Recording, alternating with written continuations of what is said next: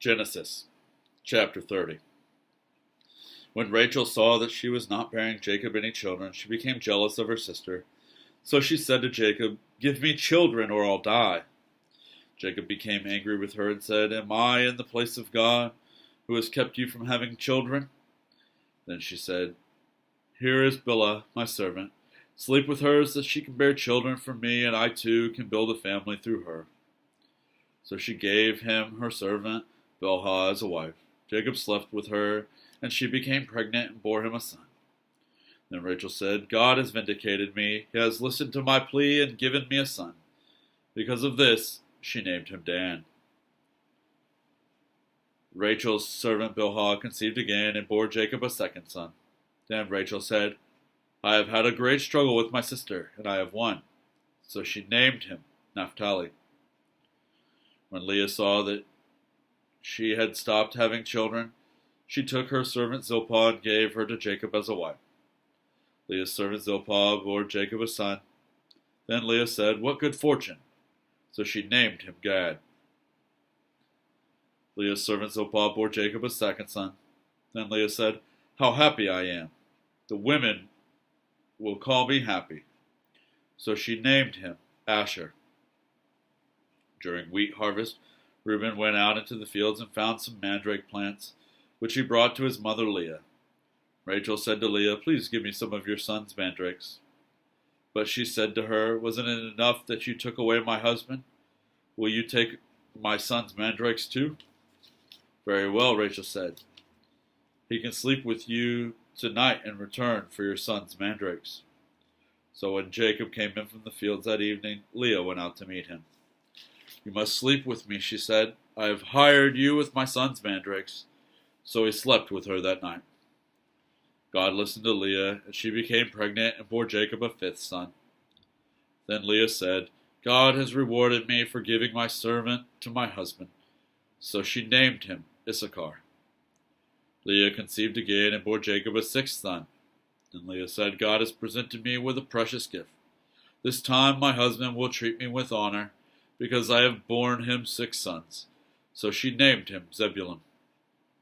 Some time later she gave birth to a daughter and named her Dinah. Then God remembered Rachel. He listened to her and enabled her to conceive. She became pregnant, gave birth to a son, and said, "God has taken away my disgrace." She named him Joseph and said, "May the Lord add to me another son." After Rachel gave birth to Joseph, Jacob said to Laban, "Send me on my way so I can go back to my own homeland. Give me my wives and children for whom I have served you, and I will be on my way. You know how much work I've done for you." But Laban said to him, "If I have found favor in your eyes, please stay. I have learned by divination that the Lord has blessed me because of you." He added, "Name your wages, and I will pay them." Jacob said to him, "You know how I have worked for you, and how your livestock has fared under my care. The little you had before I came has increased greatly, and the Lord has blessed you wherever I have been. But now, when may I do something for my own household?" "What shall I give you?" he asked. "Don't give me anything," Jacob replied, "but if you will do this one thing for me, I will go on tending your flocks and watching over them. Let me go through all your flocks today and remove from them every speckled or spotted sheep, every dark-colored lamb, and every spotted or speckled goat. They will be my wages. My honesty will testify for me in the future, whenever you check on the wages you have paid me.